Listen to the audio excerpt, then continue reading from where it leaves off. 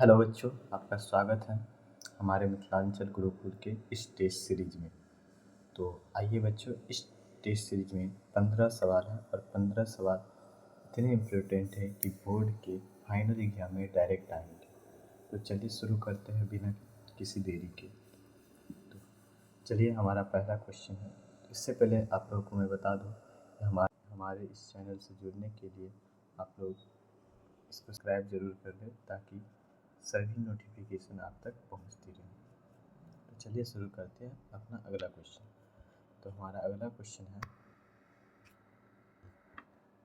उत्तल दर्पण द्वारा बनने वाली छवि होती है। उत्तल दर्पण द्वारा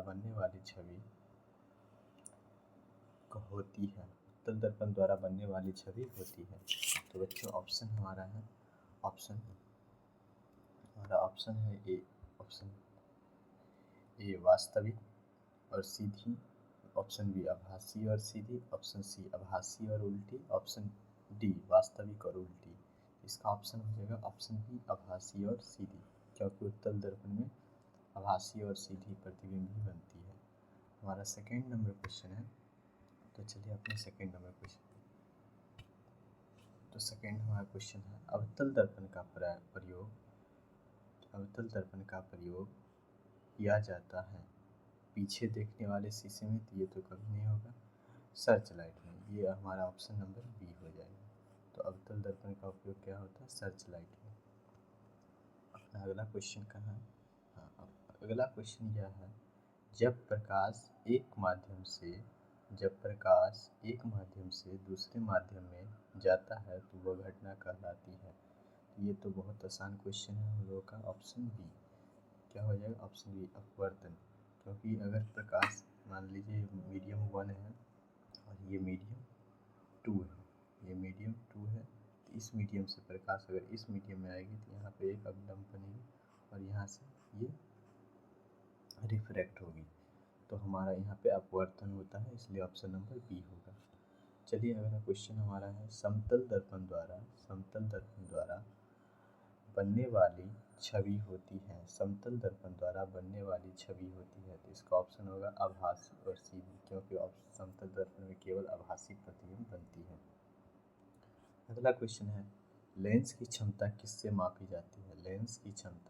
इसका मतलब इसका यूनिट पूछा गया, लेंस की क्षमता किससे मापी जाती है? तो ऑप्शन हो जाएगा बी डायोप्टर, क्योंकि सेंटीमीटर में कभी नहीं, दूरी मापी जाती है। लीटर को दूध में मापा जाता है, दूध या किसी द्रव को मापा जाता है। और न्यूटन किसका मात्रक है? न्यूटन मात्रक ही नहीं है। न्यूटन किसका मात्रक है? न्यूटन बल का मात्रक है। तो चलिए अगला क्वेश्चन है, जो लेंस निकट दृष्टि दोष को दूर करता है या ठीक करता है वो कहलाता है। जो लेंस निकट दृष्टि को ठीक करता है वो लेंस है, कौन हो जाएगा? ऑप्शन बी अवतल लेंस। क्या होगा? अवतल लेंस। अगला क्वेश्चन है क्वेश्चन 7 है, प्रकाश की किरण जब हवा से कांच में जाती है तो उसकी चाल होती है या बढ़ती या घटती है? खुद ही मानो, आप लोग अगर एकाएक हवा में दौड़ते हुए कांच में जाएंगे तो क्या होगा? घटती।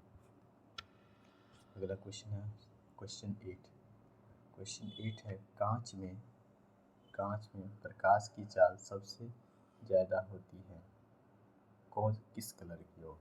कांच में प्रकाश की चाल सबसे ज़्यादा किस कलर की होती है? लाल कलर की। तभी हमें रेलवे स्टेशन का लाइट लाल रंग में दिखाई देता है। समझ गए? चलिए अगला क्वेश्चन है क्वेश्चन 9 में परावर्तन का नियम लागू होता है। ये तो सभी दर्पणों के लिए होगा। ऑप्शन सी, इसमें तो कोई शक ही नहीं। 9 इसका 10 क्वेश्चन है, आभासी छवि कभी नहीं बनती है। किस दर्पण में कभी नहीं बनती है आभासी छवि?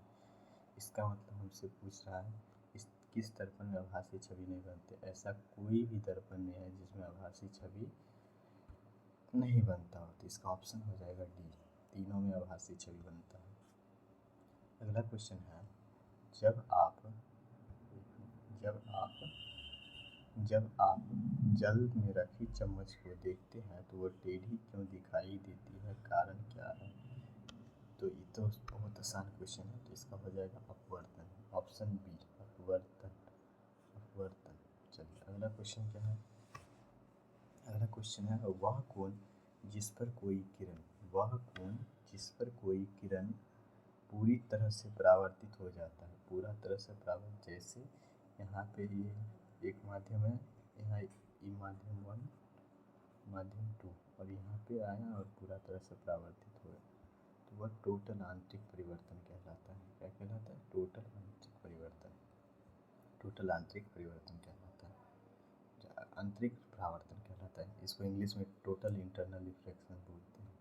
चलिए अगला क्वेश्चन है 13 नंबर क्वेश्चन क्या है?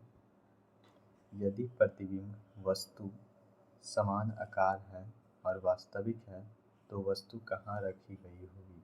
प्रतिबिंब का हमें प्रकृति दिया हुआ है, बोल रहा है प्रतिबिंब और वस्तु समान आकार की है। प्रतिबिंब जो है वस्तु जो है वस्तु के समान आकार का और वास्तविक भी है, तो प्रतिबिंब कहाँ रखा गया होगा? तो यहाँ पे ये तो बहुत आसान क्वेश्चन है, केंद्र पे ही होगा। चलिए अगला क्वेश्चन है किस माध्यम में प्रकाश की चाल सबसे कम होती है? सबसे कम होती है, तो कौन सा हो जाएगा ऑप्शन? इस ऑप्शन के हिसाब से क्या होगा? जिसका अपवर्तनांक ज़्यादा उसी में सबसे कम होगा। तो आप लोग अपवर्तनांक सीरीज याद कर लीजिएगा। चलिए अगला क्वेश्चन, कोई हमारा लास्ट क्वेश्चन है। आप लोग अगर यहाँ तक पहुँच चुके हैं तो हमारे चैनल को सब्सक्राइब ज़रूर करें और नोटिफिकेशन बेल को दबाना ना भूलें, ताकि आप लोगों को हमारे जितने भी वीडियो हैं सब्सक्राइब ज़रूर कीजिएगा, ताकि इस चैनल पे सपोर्ट बना रहे। सब्सक्राइब ज़रूर कीजिएगा। थोड़ा मेरा स्टाइलिश में थोड़ा प्रॉब्लम है, इसलिए ऐसा लिखा रहा है। तो चलिए थोड़ा सब्सक्राइब ज़रूर कीजिएगा। सब्सक्राइब बहुत ज़रूरी है, आप लोग जानते हैं। जो दर्पण विस्तृत क्षेत्र का दृश्य देता है, विस्तृत मतलब बड़ा क्षेत्र का, तो आप लोग बताइए कौन सा दर्पण देता है? आप लोग खुद दिमाग लगाइए। विस्तृत क्षेत्र का दर्पण कौन, मतलब विस्तृत क्षेत्र जो है कौन दर्पण प्रोवाइड करता है? गाड़ी में जो लगा रहता है कौन दर्पण रहता है? और हमें मोड़ सब पे जो लगा रहता है सड़क में, वो कौन सा दर्पण रहता है? आप लोग खुद दिमाग लगाइए। वो उत्तल दर्पण रहता है। क्या रहता है? उत्तल दर्पण। अगर आप लोग यहाँ तक पहुँच चुके हैं तो हमारे इस चैनल को सब्सक्राइब ज़रूर करें, ताकि आप लोगों के पास हमारे जितने भी नए और पुराने वीडियो आएंगे, अगर आप लोगों का प्यार रहेगा तो हम इस टेस्ट सीरीज को फाइनल एग्ज़ाम तक चलाएंगे। फाइनल एग्ज़ाम तक चलाएंगे, तो आप लोग इस पर बने रहिए। चलिए तो थैंक यू आप लोगों को यहाँ तक पहुँचने के लिए। बहुत बहुत धन्यवाद बच्चों, और इस वीडियो को जितना हो सके उतना शेयर करें, ताकि हम आप लोगों के लिए ऐसे ही और भी इम्पोर्टेंट क्वेश्चन लाते रहें।